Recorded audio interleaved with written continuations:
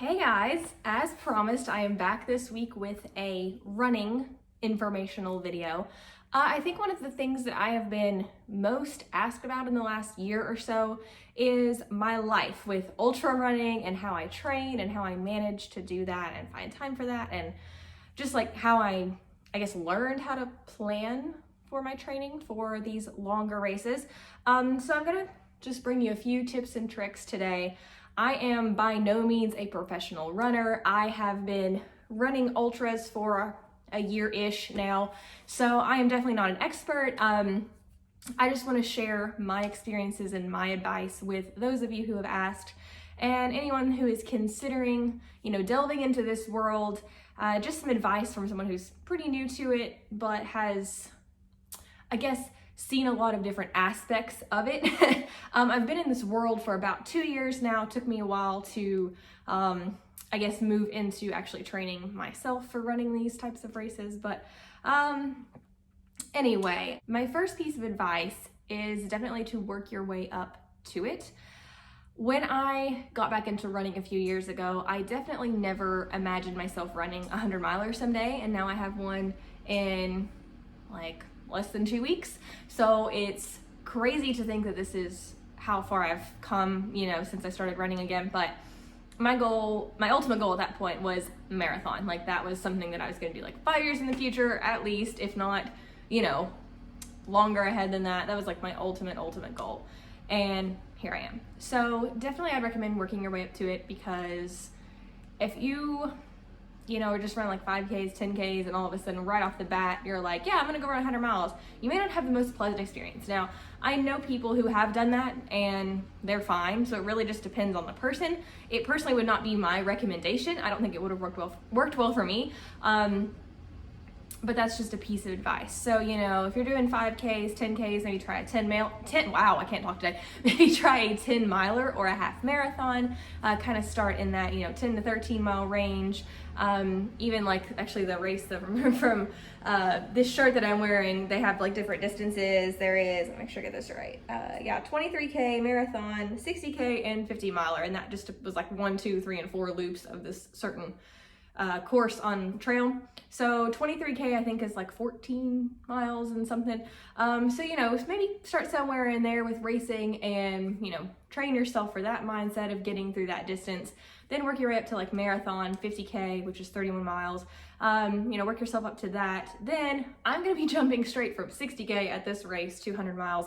I had a 50 miler planned for this summer, and it unfortunately got canceled due to restrictions from this lovely virus we're experiencing. But my plan was to work up 50 miles, and actually my original plan was to do 50 miles at this race. Got canceled for weather, didn't get canceled. I dropped down for weather. I got cut down, like I didn't make the cutoff. And then so I was gonna try another 50 miler in July, again, got canceled. So I'm gonna be going straight from 37 miles to 100.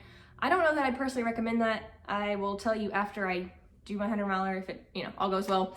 But I have put in the training for the last 6 months at this point, thinking that obviously I had other races. So, I was training along the way, and then something get canceled. So I kind of, maybe take a recovery week and then start building back up. So I haven't done like what I would recommend for training this year, because it's 2020 and everything's been weird.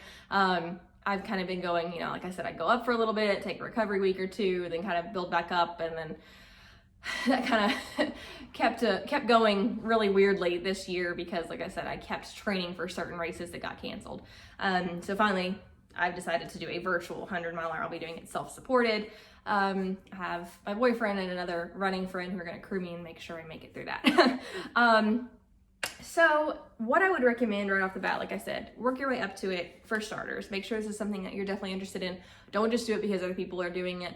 That's a real danger. That, like, I'm part of a pretty big running group in our area, and that's a danger with getting involved with all these ultra runners. Is like right off the bat I was like, oh, I don't need to just do this because everyone else is doing it. Like, I had to make sure that I had a passion for it too. So something else I'd recommend is doing your research. And you can obviously, look online for things. There's all sorts of articles, websites, everything, like training plans and everything online. But one of my favorite books has been Relentless Forward Progress. This is by a guy named Brian Powell. Sorry, my ring light's making this super shiny. But this is one of my favorite books. It was gifted to me by one of my running friends, and it has, let's see if I can find in here. Anyway, it has like running plans, like actual training plans for all sorts of different distances. Where is it? I know it's in here. But it also has all sorts of different advice in here as well. Like, let me just kind of go through here, like building blocks, here's the training plans, for all sorts of different distances, running basics, like, you know, equipment you need, how to strengthen your feet, your legs, things like that, fuel and nutrition, dealing with pain, recovery, all sorts of different things. So I'm just gonna try to like show you here a little bit, kind of what a training plan resembles. Why can't I find this? Okay, so something like this is obviously going to show you, this is like a training plan for a 50K race on 50 miles per week, which in my opinion isn't necessary. Here's a 70 mile per week training plan, also in my opinion not necessary for 50K. Then there's some training plans here for 100Ks. And then, I mean, this book has all sorts of different things. There's 50 mile and 100 mile training plans too. Here's a 100 mile training plan on 50 miles per week, which I have done somewhat of a blend of these two. This one is a 70 mile week one. That's what my mileage has been closer to, is the 60 and 70 mile range. So books like this have really, really great advice for all that stuff. This is another good book as well. Hal Koerner, I think that's how you say his name. Field Guide to Ultra Running. All sorts of good information in this book as well. And this is actually my boyfriend's book, but I wanted to get it. And so when I found out he had it, I was like, oh, I don't have to buy it now. Great. And then also, this is by a guy named Mark Cucuzzella, Run for Your Life. This is an excellent, excellent book. Also one of my favorites here. All sorts of information on like how the body works, drills you can do to, you know, strengthen your running, because basically you are balancing on one leg or the other. So all sorts of different things you can do there. Things about footwear, how the foot works, what type of shoe is best for, you know, the general person, but then also best for you. I mean, there's all sorts of books like this out there. These are just a few of my favorites that I have read through and sort of based some training plans off of. So, you know, do your own research, ask around, read books, read articles online, whatever. But I would recommend, for most people, 40 to 45 miles a week is pretty good for 50K. I mean, most people can even do marathons on 30 to 35 miles a week. 50 milers, I'd probably recommend like 60-ish miles a week. And for my 100 miler, like I said, I've been doing 70 to 75 mile weeks for the last 2 or 3 months. So somewhere in there is probably good for like each of those distances. 100K, I haven't done that. I haven't done a training plan for that, but same thing, probably like 70 to 75 miles a week. You really don't want to go over that mark for the average runner. Now, professional runners are obviously going to do like 125 mile weeks. Like, I don't have time for that. I can't handle that. I'm not a professional runner. I'm not at that caliber or that level yet. But for the average person, 70 to 75 miles a week is pretty safe for, you know, not injuring yourself, having enough recovery time. You can adjust that to your own, you know, based on your own experiences, based on what you got going on, obviously adjust that, and you can work your way slowly up to that. I usually increase by no more than 5 miles per week. Most people recommend that 10% mileage increase. So if you're doing 70 one week, don't go more than 77 the next. I find that 5 miles a week is pretty safe for me. I'll usually do 3, sometimes 2 build weeks, but usually 3 if I'm really hurting or, you know, feeling injury or some soreness coming on. I'll go ahead and take a recovery week, you know, a week early, but usually I'll do 3 build weeks and then a low mileage week or a down week, recovery week. There's all sorts of different names for it. So like recently I did, like just for instance, I would do like 60 and then maybe stay at 60 for a week and then do 65, or kind of vice versa. You could do like 60, 65, 65, and then I would take a 35 mile week to recover. Maybe the next week come back and hit 70. So again, everybody has different things that work and different things that don't work for them. But in general, that's what works for me. My boyfriend's a little bit different. He'll usually go 2 miles per week, but he does a little bit of a longer build, I guess, than I do. He won't always take a recovery week like every 4th week. Sometimes he'll do like 60, 62 and a half, 65, or he'll do like 60, 62, 64, and maybe do 66, 68, maybe somewhere in there, and then he'll take like a 20 to 30 mile recovery week. So everybody has different things that works for them. So the main thing when you're starting off trying to make a plan when training for any ultra, let's just say 50K as a starter, 50 miles, somewhere in there, you definitely want to have enough time. So don't start training for something that's in a month. That's not going to give you enough time. You want to look at least 3 to 4 months away. For me, I tend to set my sights on a race that's maybe 6 months ahead at most, and then I'll make, like a couple of months of like a maintenance plan, and then I'll hit my training hard about 3 to 4 months out of that race. So you would definitely want to build up. When I'm in maintenance mode, I'm at about 30 to 35, maybe 40 miles a week, somewhere in there. If I'm training for something, like I said, obviously I've been in the 70s lately. So you just sort of have to build up for that, or build up to that, and make sure your body is ready for that type of mileage. Another thing that really helps me is cross training. Now, the higher my mileage gets, the less cross training I do, but I find that if I bike and swim each once a week and try to get in some cross training or yoga as well, and that kind of helps my recovery. I think it strengthens the body in some different ways. There is evidence to support that swimming and biking don't necessarily make you a better runner, but for me, it's strengthening different muscles, giving your running muscles a break, and for me, it's just kind of stretching some muscles out. I kind of use it as a recovery thing throughout the week, and I also just enjoy it. So that's important too, and that's why, a lot of people recommend recovery weeks. Obviously, you just need them physically. Your body can't build and build and build and build forever. You've got to recover at some point, but also mentally. Sometimes I get to the point, if I've had high mileage weeks for a while, I get to the point like towards the end of a 65, 70 mile week, and I'm like, screw this. I'm taking Monday off, and I'll just walk like a mile or two, like the first day of the next week or something, just to give myself a little bit of a break. And it is kind of nice. Like this week right now, I'm in a taper week, obviously, and I'll talk about that in a second. So I'm doing about 5 miles a day, which is like a huge relief to me, coming off doing an average of 10 miles a day for the last several weeks. So obviously when you get close to the race, we've talked about recovery weeks, but obviously when you get close to the race itself, you need to taper. For some people that's 2 weeks, some people that's 3. I used to do a 3-week taper. I find that's actually a little too much now for my body. It's hard to get going at the race again. So I usually do 2 weeks of taper, so I'll do like a recovery week this week, 35 miles. That's usually what my down weeks are. And then next week I'll do like maybe 1 to 2 miles a day. So for the whole week, including the 100 miler, it'll be like, 110, 115 mile week, somewhere in there. And that's including the 100-mile race.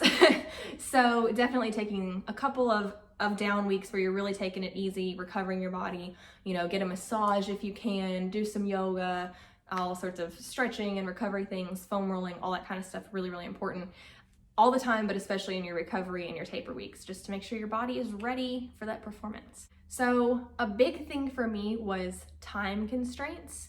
How on earth to work this out. Thankfully, with my job situation, I have some spare time here and there. Not as much now as I used to, but I'll usually have at least 1, maybe 2 days a week where I can do a really long run, 15, 20 miles, somewhere in there. And then most other days, I try, again, recently trying to do 70-mile weeks. I'll try to do 8 to 10 miles a day, but that doesn't necessarily all happen at once. Sometimes I'll do 5 miles in the morning and 5 miles in the evening, or, some days I'll even do a 2-mile walk at lunch or something like that, just to kind of mix it up a little bit. Walking is very important too. Don't underestimate the walk. You're going to walk in an ultra. Only the professional elite runners run the entire 50, 60, 100 miles, whatever you're doing. So working those walks into your daily routine or your weekly routine. I usually try to walk a mile a day, in addition to the running that I'm doing, whether that be at lunchtime, in the evening. My boyfriend and I like to walk around our neighborhood. Usually try to get in 1 to 2 miles most nights. We don't always get it done every night, but that's something very important to even work the walking into your runs. And that's something you have to consider in addition to just the mileage itself. What kind of run are you going to be doing? Is the course you're going to be doing trail with a lot of hills? Then you need to do some hill work. Are you trying to PR your 50K, or are you trying to complete your first 50K? If you're just trying to get the completion done, 80% of your mileage needs to be, low heart rate, easy runs, 20% hard work. That's just like a general rule. So if you're just trying to get to completion, that's good for you. Have, a couple tempo runs each week. Rest of it, take it easy. If you're trying to PR, you might want to work some more speed work in there as well. Speed work and hill work are both very, very important, and there's all sorts of different speed workouts out there. I don't do a lot of it. Most ultra runners don't do a lot of it, but I will do some of it occasionally just to kind of mix it up. And then also, like I said, your tempo runs, Usually for me, that's a shorter run, 5 to 6 miles-ish, somewhere in there, maybe 7 if I need an extra mile, where I'm doing a little bit of a quicker run than I usually would. I'm pushing myself to, do maybe 30 seconds to a minute faster per mile than I would in like an actual ultra race. Just to, pump up the heart rate, get the turnover with the legs going, really push your body, kind of push that threshold. And then I also try to work in progression runs at least a time or two a week, where I start maybe jogging the first mile, and then each mile gets faster and faster. Again, I don't usually do that for more than like 6 or 7 miles. So those are my shorter runs. And then I also, with at least one of my long runs, like longer-ish runs, so 10 to 13 miles, somewhere in there for at least one of those runs each week, I will try to do intervals. And lately I've been doing 4 minutes run, like an easy run, and then 1 minute walk. Realistically, that's probably the type of pace I guess I'm looking to keep for my 100-miler. So, using those walking muscles, giving your running muscles a break really, really helps your longevity of your run. Like, you're gonna be able to go longer, basically, if you sort of give those muscles a break. So that helps with that too, just kind of training your mind and your body to stop every 4 minutes and walk for a minute. And that's usually when I'll take a drink of water, get a gel or something if I need to, drink some Tailwind or Sword, whatever I'm drinking that day, and take a minute to just reset everything and then get going again. So all sorts of different types of runs. I try not to do like the same type of run more than 2 days in a row. Some days I'll just have a 10-miler and a 10-miler, and just a long, slow, easy run. Not worried about pace, not worried about anything other than just getting through it. And then I'll usually try to mix it up on day 3 with, a 5-mile tempo or a 6-mile progression or something like that, where I'm really trying to push myself or, get out of that comfort zone, I guess, a little bit. So I guess my main takeaways here are build up to it, make a plan as far as when the race is and when you can run each day, and also along that lines of make a plan or figure out what types of runs you need to be doing from day to day. Don't make it monotonous, mix it up, have fun. And my main thing that I have to tell myself at least once a week, don't be hard on yourself. Sometimes you don't get the mileage you want, sometimes you don't keep the pace you want, sometimes you just don't do what you wanted to do. You just go out and you don't have the best run ever, and that's okay. Don't be hard on yourself. Keep training, keep working. It's just a day. Put it aside. One day is not going to make or break your training unless you injure yourself. So recover. So important. Watch your nutrition. It is very important. You cannot outrun a bad diet. So whether you're running to lose weight or running for a specific goal or just because you enjoy it, the better you eat, the better you will run. That's a huge thing for me that I have to remind myself of every day. So that's just my basic advice. I feel like I've rambled for a really long time. Of course, what else is new? If you guys have any specific questions, just ask me in the comments and I'll do my best to answer them. Other than that, I hope you guys are having a fantastic week, and I will see you guys in my next video. Bye.